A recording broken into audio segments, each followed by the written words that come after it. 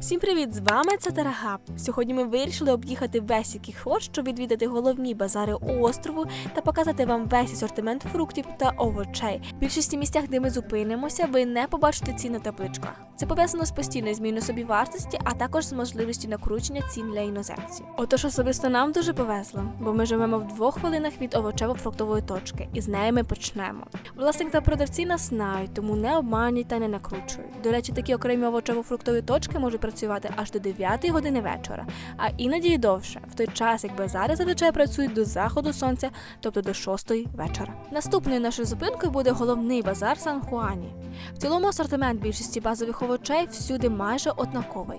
Єдиний овоч, з яким у нас виникла проблема, це був буряк. Його дуже рідко можна знайти на Сікіхорі і коштує він аж близько 200 песо за кілограм. Також є невеличка проблема з деякими видами зелені на нашому острові. Кріп, руколу, шпинат ви тут, на превеликий жаль, не знайдете. З фруктами інша історія. Ціни і наявність безпосередньо залежать від їх сезону. Наприклад, сезон авокадо на Сікіхорі – це травень-червень по вересень. І колись влітку за величезне авокадо ми заплатили близько 30 песо.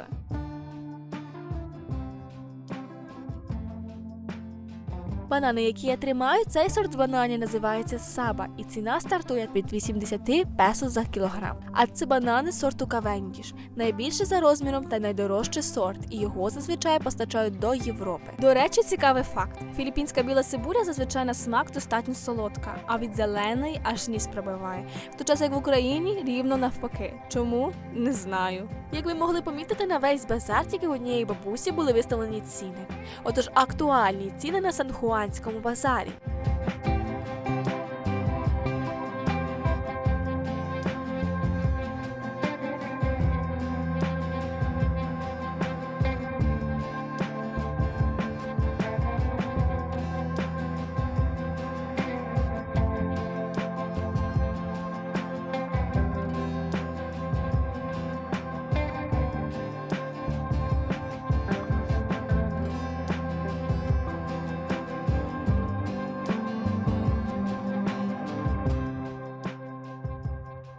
Ми вирішили взяти собі додому кілограм манго, бо на днях я буду готувати всім відомий манго флот. Це найсмачніший філіппінський десерт, який ми куштували. До речі, якщо вам цікаво, як правильно вибирати стигле манго, дайте знати в коментарях. Третьою нашою зупинкою буде великий базар в місті Ласі. Він один із найдешевших, але цінників ви тут, на жаль, не знайдете. Потрібно запитувати особисто. На цьому базарі величезний вибір, але асортимент, в принципі, як і всюди, нічого нового. Деякі продукти можуть тут за вартістю бути нижче приблизно на 20-30 песо, а вже в залежності від самого продукту. Деякі дешевше, деякі так само. І як я вже говорила, ціна безпосередньо залежить від того, турист ви чи місцевий. Нещодавно одна продавчиня хотіла продати мені найдешевші банани за ціною на дорожчих. Підняла ціну аж 2 рази, але їй не вдалося.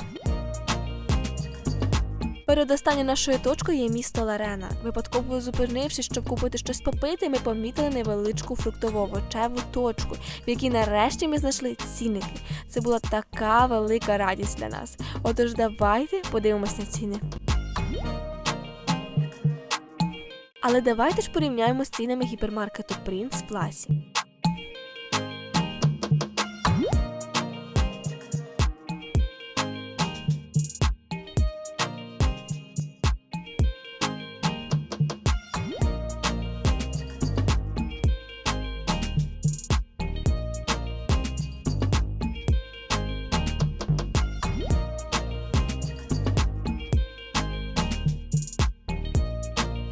Ну що ж, ми нарешті на останній нашій точці. Місто Сікіхор є найбільшим населеним пунктом на острові Сікіхор, тому ціни на продукти тут відповідно дорожчі, але й вибір більший.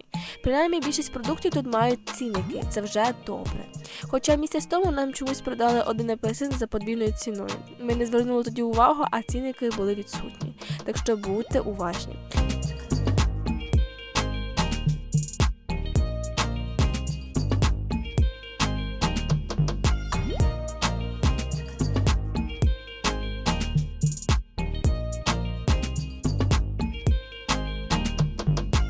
До речі, вже 2 дні поспіль чомусь відсутні декілька великих точок на базарі, які до того ж завжди мали цінники. Сумно, але маємо, що маємо.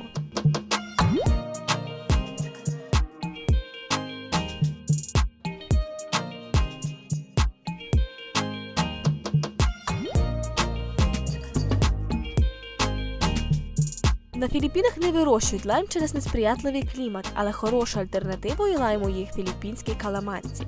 Це мікс лайму з мандариною і додають його як і в напої, так і в соуси та страви. До речі, нерідко на базарах можна купити вже нарізані овочі в пакетах для таких традиційних салатів, як пінакбет і локано.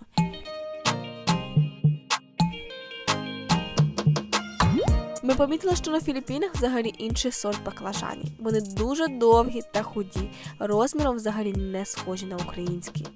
Також дуже смачним овочем виявилось для нас окра. Він нагадує присмак та текстуру баклажанів.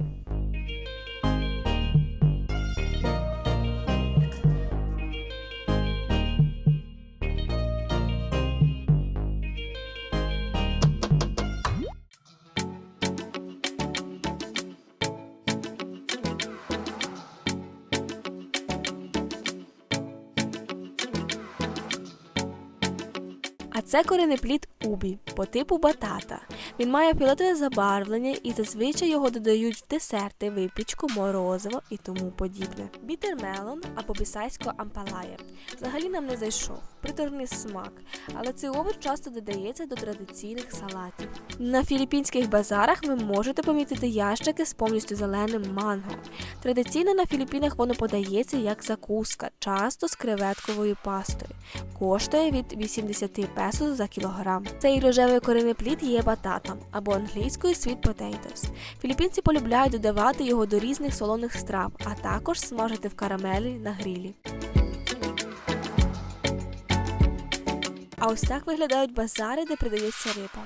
Особисто я дуже скептично ставлюся до таких місць, тому що мухи на поверхні досить мене лякають.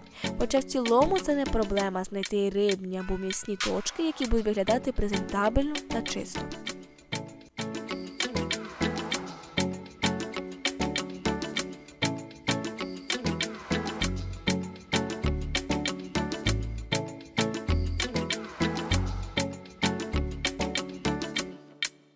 Ну що, друзі, на цьому все. Сподіваємось, що відео було цікавим та корисним для вас.